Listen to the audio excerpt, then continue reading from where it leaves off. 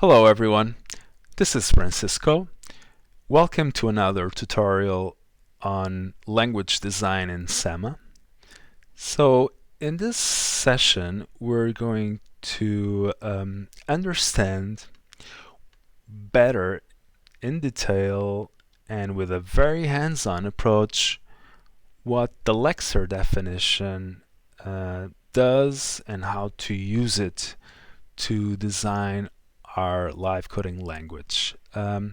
So we're going to understand what the Lexer does, which is defining the vocabulary for your language, how it does it, which is through regular expressions, and we're going to learn how to use regular expressions, learn useful regular expressions to work in SEMA, and we're going to step up on more sophisticated regular expressions to power up your token recognition. And then we're going to expand our language with more vocabulary for samples, for oscillators, and for numerical values. Finally, we're also going to learn how to expand our grammar rules to support this vocabulary expansion. So the Lexer, or tokenizer definition in the grammar, is the piece of code responsible for the lexical analysis of the textual content. So it's responsible for recognizing all the tokens in the text, tokens such as nouns, verbs in a sentence, for instance. And in the case of the live coding editor, it's going to chop the text all up into a list of strings. So basically, we'll need to define how tokens should be recognized.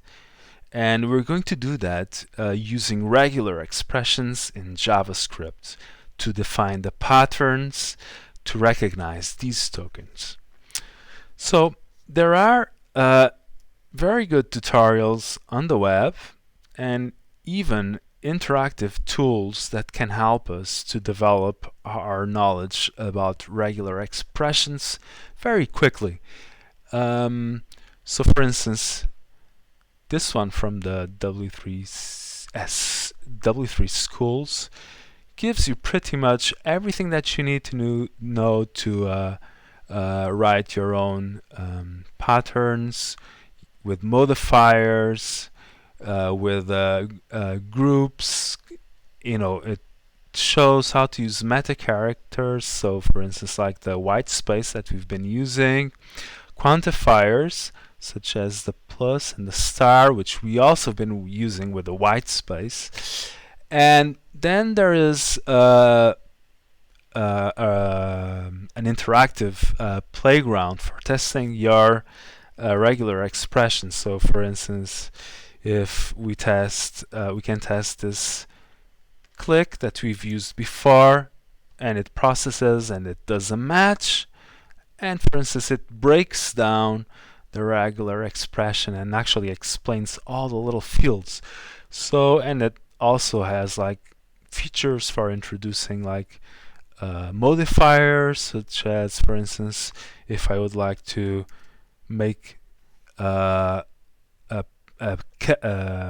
case-insensitive pattern, which in this case it doesn't match, we could for instance add an I to the modifiers here, and then there will be a match. So we'll be using this tool later in the tutorial. So for now, let's get back to our tutorial, and we're going to expand our one token language to a three token language, and for that we're going to copy these regular expressions for these three tokens, which will be mapped into samples that are preloaded on our audio and on our signal engine in SEMA. So once we have added our regular expressions here, we need also to add new grammar rules to bind these tokens into the grammar. Oh, there's a bug here that I know how to quickly hack it. But I'm going to add 3 new rules. And of course, that there's a lot of things that we still need to cover about the rules, like for instance, what is this? It's a JavaScript function. But let's focus on the actual rules of the grammar. So let me just put this back, this layout. Okay, and so now after we added the the Lexer, the regular expressions to the Lexer definition and the rules to the grammar definition, we now have a grammar validated and the parser generated. So let's test out our 3-token language. If I type in click, oh, there we go. It still plays click.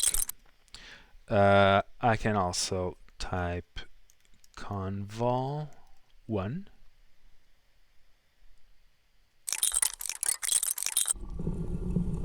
And there you go. New sample playing back. And now I can test out the third, which is heart. Oh, what a funky heart.